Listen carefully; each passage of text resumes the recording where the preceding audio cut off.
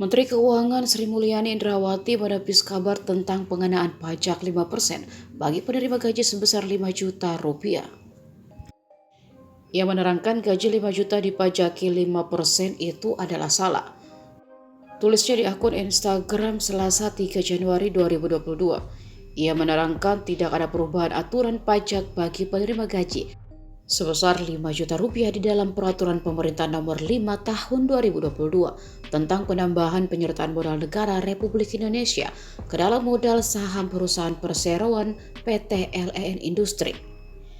Sri Mulyani menjelaskan bagi masyarakat yang belum menikah dan tidak memiliki tanggungan orang lain, pajak yang dibayarkan dari gaji 5 juta rupiah, yakni sebesar Rp300.000 per tahun atau Rp25.000 per bulan.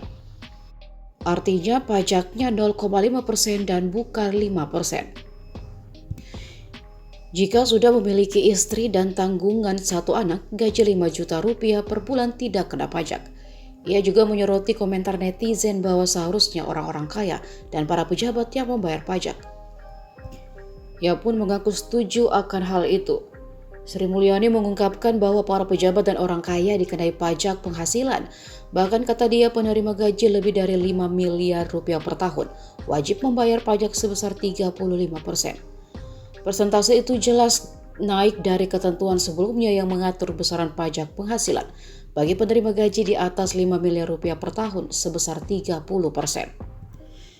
Ia melanjutkan usaha kecil dengan omset penjualan di bawah 500 juta rupiah per tahun bebas dari pajak.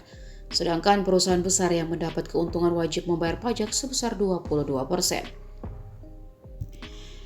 Ia menyebut uang pajak digunakan untuk mensubsidi listrik, BBM Pertalite, dan LPG 3 kg, kemudian sekolah, rumah sakit, puskesmas, jalan raya, kereta api, dan internet juga menggunakan uang pajak. Ia pun mengimbau masyarakat untuk tidak mudah terpancing emosi terkait informasi yang kurang tepat atau keliru mengenai aturan pajak penghasilan. Mereka yang kemampuannya kecil dan lemah dibebaskan dari pajak, bahkan dibantu berbagai bantuan sosial, subsidi, tunjangan kesehatan, beasiswa pendidikan, dan lain-lain.